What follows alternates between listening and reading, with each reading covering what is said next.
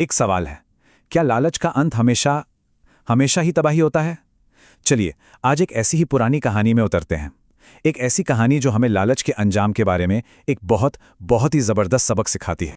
इस कहानी के बिल्कुल बीच में है लाला हरिराम, एक ऐसा साहूकार जिसकी पूरी दुनिया, पूरी जिंदगी बस एक ही सोच पर टिकी है। और वो सोच क्या है? ईमानदारी से पेट नहीं भरता। सोचिए, यही एक लाइन उसे चंदनपुर गांव के सीधे साधे लोगों को अपना शिकार बनाने की वजह देती है। और बस यहीं से इस कहानी का असली ताना बाना बुनना शुरू होता है। तो चलिए, कहानी के पहले हिस्से में चलते हैं, चंदनपुर की शांत वादियों में, और देखते हैं कि लाला का ये जो लालच है, ये कैसे वहां की शांति को हमेशा के लिए खत्म करने वाला है। अब चंदनपुर गांव था तो बहुत शांत, लेकिन वहां एक ऐसा आदमी था, साहूकार लाला हरिराम, जो सादगी को कमजोरी समझता था। उसकी नजरें, आप कह सकते हैं, बिल्कुल एक गिद्ध की तरह थी।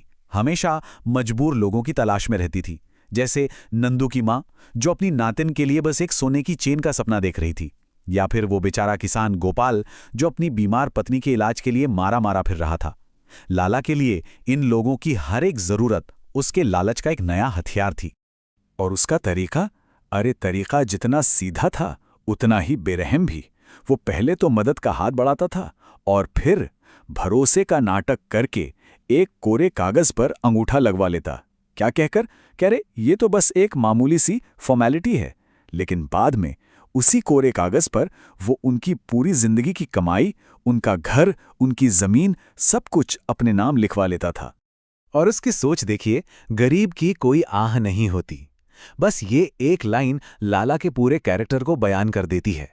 उसके लिए किसी और का दर्द बस एक फालतू का शोर था, जिससे वो अपने सिक्कों की खनक के नीचे आसानी से दबा देता था। वो ये मानता था कि पैसे का कोई दीन ईमान नहीं होता और गरीबों की बद्दुआ में कोई दम नहीं होता। लेकिन कहते हैं ना, हर चीज की एक हद होती है। तो अब कहानी एक ऐसा मोड़ लेने वाली है जो लाला के लालच की पूरी नींव हिलाकर रख देगा। एक रहस्यमयी मेहमान आता है और कहानी में एक जादुई मोड़ आ जाता है। हुआ यूं कि एक शाम जोरों की बारिश हो रही थी और एक गरीब, बिल्कुल भीगा हुआ बूढ़ा आदमी लाला की दुकान पर आया खाना मांगने।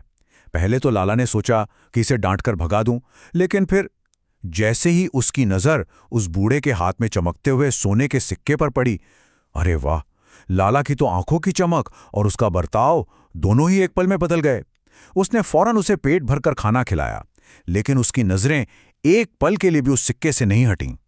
खाना खाने के बाद उस बूढ़े आदमी ने लाला को एक चेतावनी दी, गलत तरीके से कमाया गया धन हमेशा भारी पड़ता है।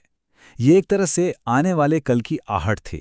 लेकिन लाला, अरे वो तो अपने लालच में इतना अंधा हो चुका था कि उसने इस गहरी बात पर जरा भी ध्यान नहीं दिया। उसने तो बस सिक्का अपनी जेब में डाला और बूढ़े की बात को हंसी में उड़ा दिया। अब वो सिक्का कोई मामूली सिक्का थोड़ी था। अगली सुबह जब लाला ने अपनी तिजोरी खोली तो उसकी आंखें सचमुच फटी की फटी रह गईं। उस एक सिक्के के साथ पांच पांच और सोने के सिक्के चमक रहे थे। उसे पूरा यकीन हो गया कि भाई उसके हाथों कोई जादुई खजाना लग गया है।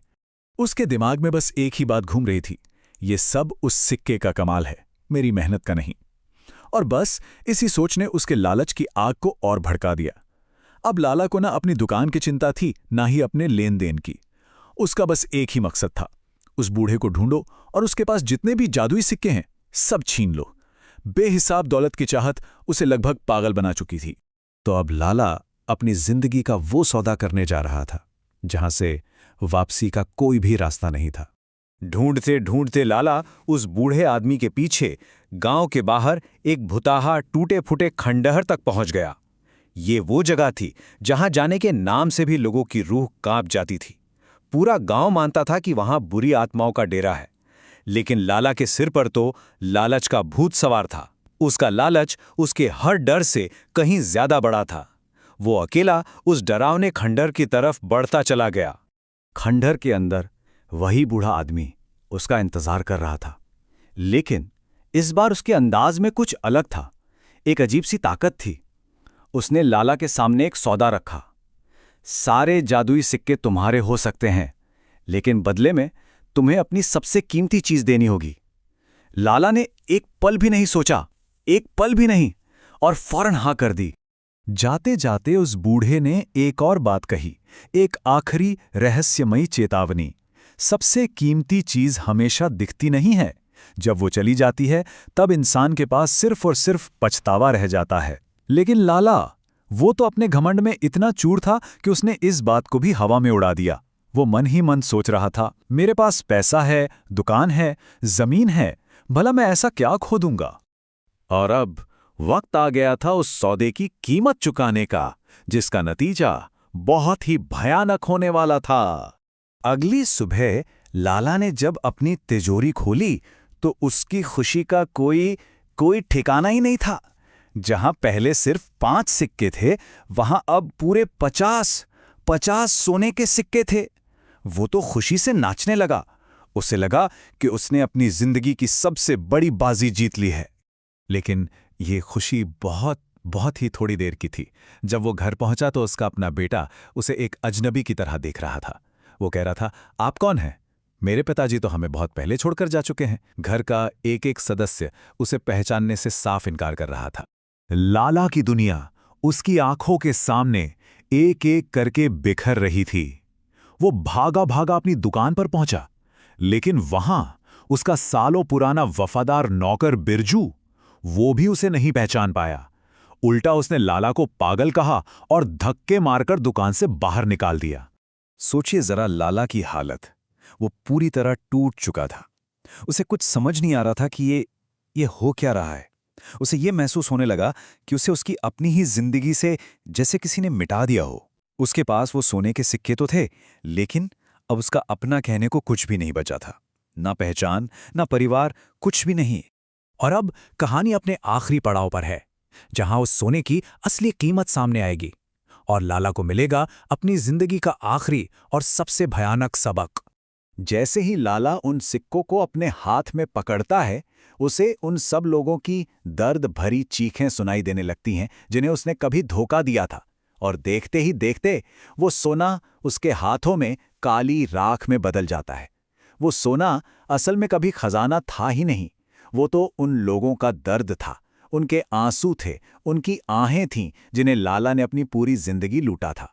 हर एक सिक्का एक धोखा था, हर एक सिक्का एक झूठ था। और यही इस कहानी का सार है। एक तरफ है सोना, मतलब वो दौलत जिसे हासिल किया जा सकता है, जो आज है कल नहीं। और दूसरी तरफ है भरोसा, असली खजाना जिसे कमाना पड़ता है। और अगर भरोसा एक बार टूट जाए तो उसे दोबारा पाना लगभग नामुमकिन हो जाता है। आखिर में लाला को सब कुछ समझ आ गया, लेकिन अब बहुत देर हो चुकी थी। वो उसी खंडर में एक पागल की तरह भटकता रह गया, जिसके पास अपने पछतावे के भारी बोझ के सिवा और कुछ नहीं था।